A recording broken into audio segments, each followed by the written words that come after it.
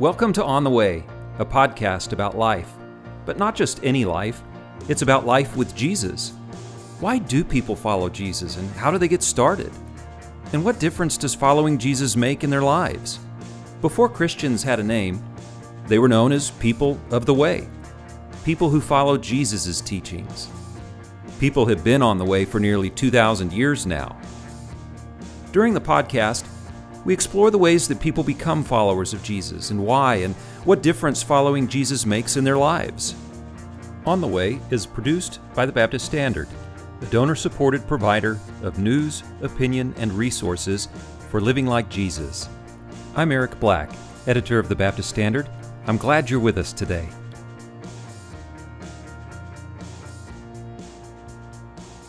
I'm here with Mark Grace. He's the Chief Mission and Ministry Officer for Baylor Scott White Health. And I say I'm here, actually, we are joining each other by video conference. This is during the season of social distancing and stay-in-place or shelter-in-place orders. And so we are being good stewards of each other's health and responsible citizens by not meeting together for this interview. Mark, I'm really glad that you're with us today. It's a delight to be here. Thank you, Eric. It's a real privilege. You bet. Well, this podcast, On the Way, is about how you became a follower of Christ and what difference following Christ makes in your life. And being the Chief Mission and Ministry Officer for a health system, the title alone suggests that your relationship with Christ plays a significant part in your life. But I want to let you describe that for us. So to start off with, how did you become a follower of Christ? Well, I'm a cradle roll Baptist. My father, who died back in 2013, was in a ministry as pastor of small town, small church, Baptist churches for 63 years. Wow. And I began to petition my parents for baptism at age 4, so I have some. They didn't baptize me right away. Okay. They didn't, but I've had some people accuse me of being almost an infant baptism. It was a very real experience for me. A much longer story than we have for 30 minutes, but God came to me at a particular time in my life that felt very dangerous to a 4-year-old and very difficult, and was a real presence, and that real presence has been with me since that age. I was baptized around the age of 5 or 6 at First Baptist Church in Amarillo. I could barely see over the baptistry.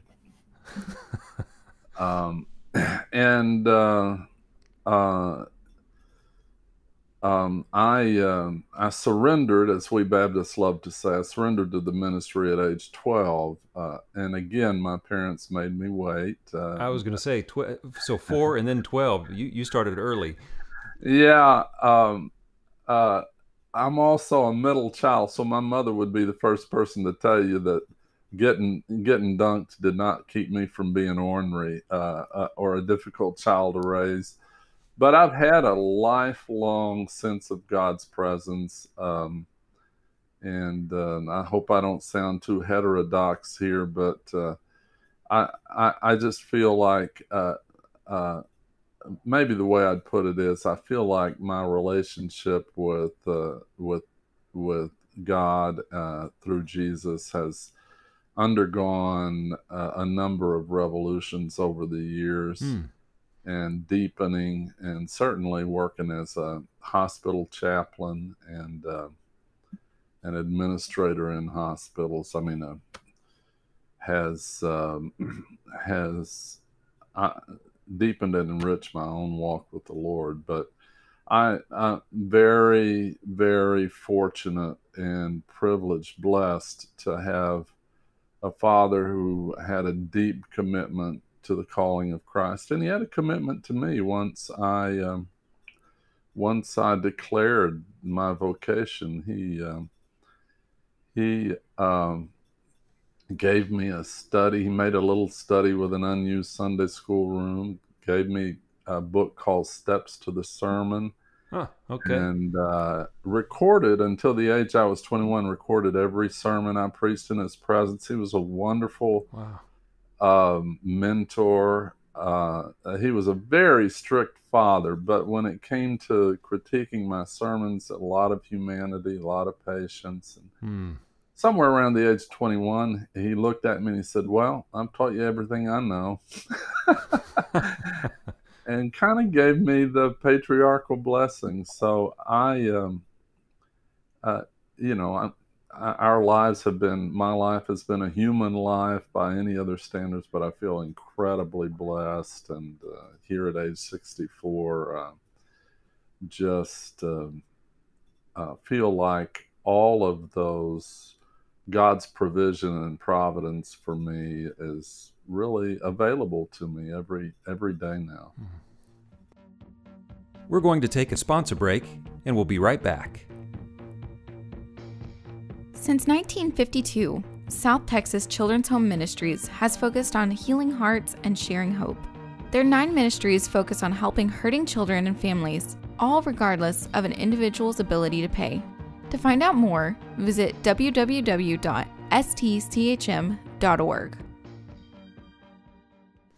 Well, so you didn't go directly from a call to ministry at 12 to being the chief mission and ministry officer, for Baylor Health. So there were some things in between there. Where did this call to ministry at 12, where did that take you? Well, I, I was 12 years old. I was a crazy fan of the Dallas Cowboys. And personality-wise, I looked, and the 2 highest mountain peaks I could see were First Baptist Church in Dallas and the Dallas Cowboys. And I had this plan all worked out, as a 12-year-old, 13-year-old really, that, I would play football for the Dallas Cowboys, and I would have a platform for the Lord. And at some point I would just transition over and pastor First Baptist Church. Oh, wow. So even then, your idea about playing football wasn't just to play football. Of course, if you were going to play football, it wasn't going to be for just anybody either. It was going to be for the Dallas Cowboys, yeah. Okay. Well, it reflects the culture I was raised in. I was socialized that way. I was pretty good at athletics, at least in junior high and high school. And I had a wonderful coach at Jefferson Moore High School, Vernon Hicks, who was a man of deep faith. But I was really focused. I was focused on serving God. I was trying to work that out, as you can tell from the story. Trying to work out what my ideas of serving God would be and what God's idea of serving. So what I say is, I have seldom been right, but I've never been unsure. Sounds like a typical Baptist pastor, from what I'm told anyway.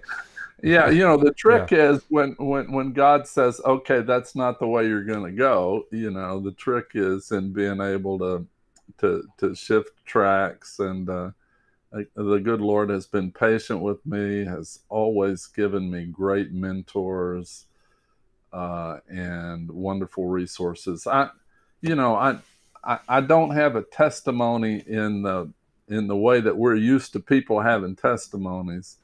I certainly haven't been an exemplary citizen. I did most of my rebelling when people could have looked at me and pointed a finger and said, well, he should know better. Okay. But, human beings don't escape their developmental challenges, and I did not escape any of mine. But yeah, I was very involved from the age of 15 with the Rio Grande River Ministry. I served 3 summers as a river rat on the Rio Grande River, working for Texas Baptist, Elman Howell, and the Rio Grande River. Was that where you became fluent in Spanish? Yes, it was. Thanks to my friend Diana Garcia, because I did speak Spanish at that point, although it was pretty rough. And she convinced Elman that I was fluent, and they sent me down to Zapata, Texas. I've discovered that anybody who does not know as much Spanish as I do thinks I'm fluent. And I just go, oh my goodness. Yeah, well, I get, because I started speaking Spanish, learning Spanish when I was 9, and quite often people that are new to our church that we're members of, we're emeritus pastors, will say, how do you speak such good Spanish? And I say, well, it's 50 years of practice. Yeah, that's right. That's right. Where in there did you realize that your plan for what God wanted you to do and God's plan for what God wanted you to do were different? Well, I think I discovered it on a number of different occasions. The first occasion was my senior year. I went to a high school that was 97% African American. I was the only white boy on the football team. It was an incredible experience, a beautiful experience. And my coach, as I said, was a man of very deep faith. He was committed to getting scholarships for all of his starters, and I was starting then. I got a scholarship letter. It said that they would give me a scholarship on condition that I gained 50 pounds, 50 pounds. I was pretty skinny back then. And I think that's the first time I realized that my plan might not be God's plan. Yeah, 50 pounds at that age is hard to put on. I was doing my darndest, but yeah. So, I had a really another wonderful coach, Woody Wilson, who said to me, he said, I think you've done the best with the equipment that God gave you, and that was a huge disappointment to me. Yeah, that was that a compliment or? I've decided to take it as one. The second time of note was when I was graduating from seminary, and I was trying to decide between continuing to pastor and going to Baylor University Medical Center to be a clinical pastoral education student to prepare for chaplaincy. And I was talking with a friend of mine at the time, and worrying over whether I was going to do what God wanted me to do. And he said the most beautiful thing to me, even 40 years later, it continues to guide me. He said, Mark, he said, sometimes I think the good Lord just looks at you and says, go do whatever you want to do. I'll be with you. And that's what I experienced. He gave me the freedom to think about what I needed to do at the time, and not to worry about whether being out of God's perfect will would somehow be some kind of automatic exclusion or condemnation of me. And that has really helped my spiritual life over the years. It sounds like it would give you a lot of peace. Yeah. I've had another friend of mine once said to me, he said, I think your name should be Mark Works. You don't deserve the name Mark Grace. You've got a lot to learn about that. And what he was pointing to, I've always had these kinds of mentors and educators and friends in my life who have been people who've shared with me really honestly. I gain a lot from, and I've actively sought out executive coaches, spiritual directors, people that what's been important to me is to have people in my life who would speak the truth in love, that not always gently, sometimes more bluntly, but they were people I knew where their heart was, and they would tell me the truth as they saw it. And there's got to be some proverbs written about that somewhere, but that's really served me well over the years. And that friend of mine was just pointing to my tendency, to think I can do good for God. When what the Bible teaches us, Ephesians 2-10, says it very explicitly, is that we do good because of God. We don't do good for God. Right. You may have already answered this in what you've said, but I know others who they had this idea of what God wanted them to do, or they had this plan, and then they discovered that, well, actually, that's not where things are going to go. Yeah. And for some of those, that's a really heartbreaking thing, and it's almost insurmountable for them. How did you work through that?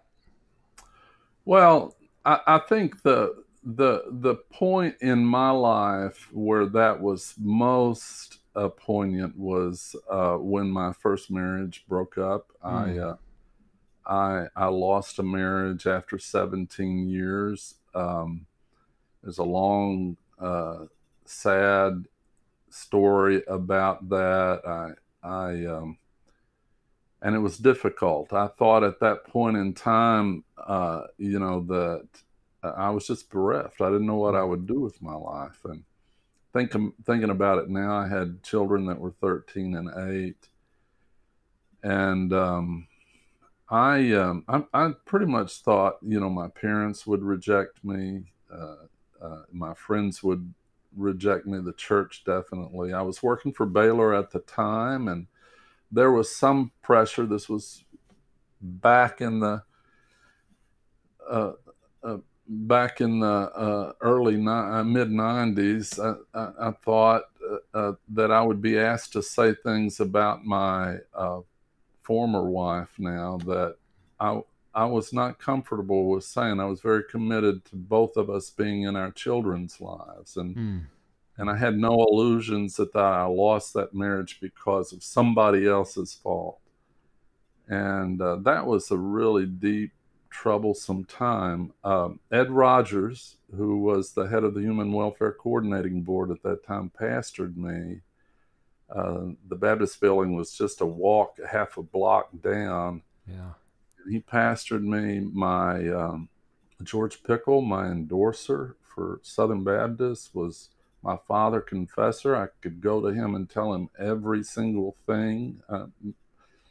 First, because I had an accountability to the denomination that was then endorsing me as a chaplain. That was Southern Baptist back then. But George was a real pastor, and people who kept encouraging me, people that I could talk to about everything and trust that they would keep it in confidence. But that was a tough time. The most powerful response was from my parents. They just loved me.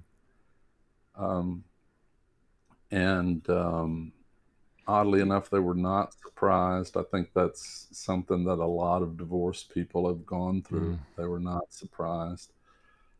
But they loved me. Your parents have been loving you a long time, from what you said about your dad earlier. They have been, and I haven't always been easy to love. But they have been, yeah. And my dad is dead now. My mother is 89. She's down at the Villages at an assisted living facility now. Yeah, I've been very fortunate. Brothers and sisters who've loved me through this. I'm the middle of 5, so that's formed a deep foundation for my own life, and a deep sense that God is here with me. We're going to take a 60-second sponsor break, and we'll be right back. High Ground Advisors has a 90-year history of providing investment management and planned giving solutions to churches, faith-based organizations, and charitably minded individuals dedicated to transforming lives. High Ground is trusted by over 450 nonprofit clients, and we're one of them. High Ground has partnered with Baptist Standard for over 70 years by offering a comprehensive charitable giving and investment solutions model, which includes asset management, planned giving education and development, account support services, real estate and minerals management, and expert legal consultation. High Ground and the Baptist Standard share similar values, such as serving those who are called and dedicated to transforming lives and being a trusted caretaker of legacies. They also value good stewardship, helping those who desire to be good stewards of their financial resources to find creative giving solutions to fulfill that calling. They know what they do to protect, strengthen, and grow our mission is ultimately in service to the gospel. To learn more about how High Ground Advisors can partner with you or your organization, visit their website at highgroundadvisors.org. How does all of this, what you've described for us, the assurance that you've had from an early age about your relationship with Christ and your call to ministry, the love that your parents have shown you, this experience in the 90s, and those who mentored you? I'm old enough at this point in my life to know that all these things become part of who we are, and they form us and shape us and are expressed in the work that we do. How do those things find expression in the work that you do now? I'm looking up a Bible verse. Okay. Is that okay? Sure. Blessed be the God and Father of our Lord Jesus Christ, the Father of mercies and the God of all comfort, who comforts us in all our tribulation, that we may be able to comfort those who are in any trouble with the comfort with which we ourselves were comforted by God. Sorry. That's all right. That's a powerful verse for you. I'm always telling people it's okay to cry, but I feel embarrassed when I do. Yeah, that verse is really a key verse in my life. We religious people often take that the wrong way. We read comfort and we think that we have to tell people the same things we heard that comforted us, and that's not the point of that passage. That's the biggest mistake. It's the mistake that Job's friends made when they tried to comfort him, and I believe their motivations were really pure. Their application was wrong. So that we think that the same things that comforted us are the things that we must pass on to other people. And what I've discovered, in part because of really good training, in part because of a lot of exposure to people going through difficulty of watching people die and family members losing loved ones in tragic circumstances, I've just been in a unique position to learn that it's seldom about words. The words might come later, but most often it's about the desire and the willingness to suit up and show up and be there for people. And if you don't mind me switching, I'm going to preach I'm going to preach a little sermon here. Go for it. That's the huge challenge for the church right now, is not to get caught up in bemoaning and bewailing what we can't do, or to do this, we're going to keep doing it the way we've done it for God all along, and to realize that the challenge now is to suit up and show up for each other, using technology, picking up the phone, using text by whatever means necessary, and showing our love by sheltering in place, staying at home, staying 6 feet away from each other. All of those things are expressions of love. But comfort, people, I think a big reason many people mistrust the church is because we think that it's our words that are going to convince them. And what God has been showing us through in this current time, politically, culturally, whatever, is that words make very little difference. As a matter of fact, my well-intended words can entrench somebody deeper in their own resistance to the gospel. But what gets people's attention, what they listen to, is if we suit up and show up for them unconditionally, and if we're willing to be there on their terms and meet them where they are. And you're in a position, you've been in a form of ministry for a long time where you have to show up for everybody, regardless. And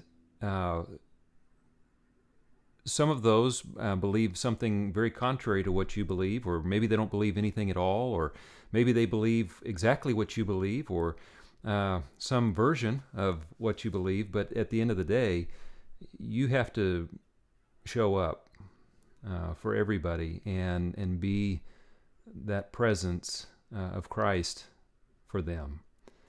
And as you say, right now for the church, our pastor is having a very difficult time with this because he's such a social person and a gregarious person, and having to learn how to show up for people in a different way. But for you right now, and for those that you lead at Baylor, how are you doing that? The first thing, I had about 6 thoughts attack me at once. I don't know if that's ever happened to you, but that's a complex question in some ways. In some ways, it's very simple. I'm asking people how they are, and I'm being very deliberate about the people that I supervise and mentor and teach, to encourage them to be present for each other. And the most basic question that's needed is a sincere, how are you? And a pause. We need to throw out how are you as a rhetorical greeting. And what we're being challenged to do right now is to ask people, how are you? The second thing is... Sorry, I was just going to say, in the immediate hours, days after we realized this really is serious and we're going to have to spend a lot of time away from everybody, when I would ask people, how are you, it was almost immediate. The change in my own mind, this question this actually means something now. Yeah. I'm sorry. So number 2. No, thank you. Yeah. You can tell I can talk. Well, the second thing is encouraging people to care for themselves. You got to take care of yourself. It's no accident that the second greatest commandment is love your neighbor as yourself. Not exactly the way that I love myself in every detail, but I love them with the same intent and hoped for outcomes that I would love myself. And that means meeting people on their terms, but you got to start with yourself. And so many of us get really focused. In healthcare, we're all helpers. We all want to make a difference. And the problem is, when we get so focused outside of ourselves, we forget to take care of the self that God is using to minister to others. Then the other thing is, do what you can. Don't try to do more. Do what you can, and ask for help when you need it. I tell the folks who are in our education program that the one non-negotiable quality of a professional, of a minister, but a professional in care, is the capacity to ask for help. And we've seen 1,000, maybe 1,000,000 examples of how that breaks down, and of how people break down when they don't know how to ask for help. We lose appreciation for what it means when other people have to ask us for help. Right. That's the first thing, but we also lose our own ability to be effective. And it's a hard thing for us to do in our culture, to ask for help. Yeah, isn't that weird? I mean, well, we have this idea that you don't become the chief mission and ministry officer because you asked for help, that you don't become the executive director of something because you asked for help. We have this idea that you get to those positions because you didn't need anything from anybody. Right. And that's the farthest thing from the truth. It's a huge myth. And if you looked at the record, as I said, of therapists, of of support groups, of executive coaches, of spiritual directors, and friends that I've had. If you looked at that history, I tell people the only way I've maintained steady employment for all these years is because I could ask. I don't mind asking people for help. Mm. And I try to pass that on. I try to pay it forward. Yeah. I think we learn so much about how to provide help when we pay attention to how other people are helping us. At the start of this conversation, I mentioned that you and I are in separate places because we're observing social distancing, but more than that, we're also under a government order to shelter in place. So you and I aren't supposed to be in the same room with each other anyway, because of where we are. And anyway, having referenced that, I think because there will be people listening to this down the road that don't have the context of what's going on, we are in the midst of the coronavirus pandemic. And as you mentioned before I hit record, the hospital where you work is preparing. You're sort of in a preparation mode, and you're trying to get people to pace themselves. You're in a field where people are used to just go, go, go, go, go all day, every day, just about. How is your faith preparing you for what you expect? Well, part of it goes back to Psalm 22. I cried by day and thou didst not hear, and by night and I had no rest. Yet thou art holy, thou who art enthroned upon the praises of Israel. In thee did our fathers trust, and they were not disappointed. In thee did they trust, and they were not put to shame. So part of it is about our actively using our memory, and faith is vitally connected to memory. In the ways that we know God took care of us in the past, points us forward to possibilities. It lifts up present realities of how God is caring for us in the present moment. The other thing I think that's really crucial right now is that we're being challenged to let go of finite hope, as Andy Lester would say. Hope in things that really we don't have any business hoping in, the economy, whatever. And we're being challenged to put our hope where it really belongs, and that is in the infinite, transcendent, all-powerful God. Yes, that's right. Going back to the Bible, reading through the Bible with my son, we're doing a 1-year reading plan. And oh, beautiful. Yeah, we are in Joshua now, so we got through some of the more difficult parts of, I was of reading through the Bible. You guys must have some great conversations. There are some interesting ones, but all through that, the writer of those books is reminding the people of God of what God has done for them, especially when they're straying from what they said they would do. And one of the things they did was to put trust in human agency, or to put trust in human powers and economies and armies and all those things. And over and over and over again in the Bible, it's demonstrated that those things, though they may be good for a time, but ultimately they fail. Yeah. And there's the one constant. And you citing Psalm 22, and then that one little word, yet. Those little small words that we easily overlook that turn everything on its head. And yet, despite the reality of what's going on, I remember what you've done for me. That's a good word. Yeah, it doesn't take away the pain, but I had a good friend who said to me one time, pain may be inevitable, and as much as I hate to say this, people are suffering tragedy right now. Yes.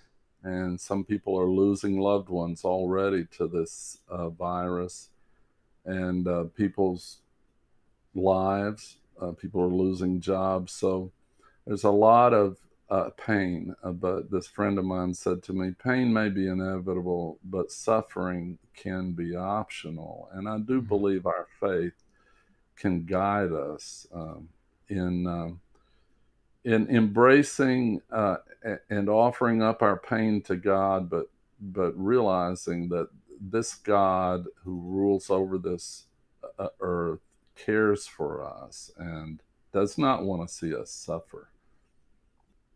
That's a good word. It's a hard word, but it's a true word.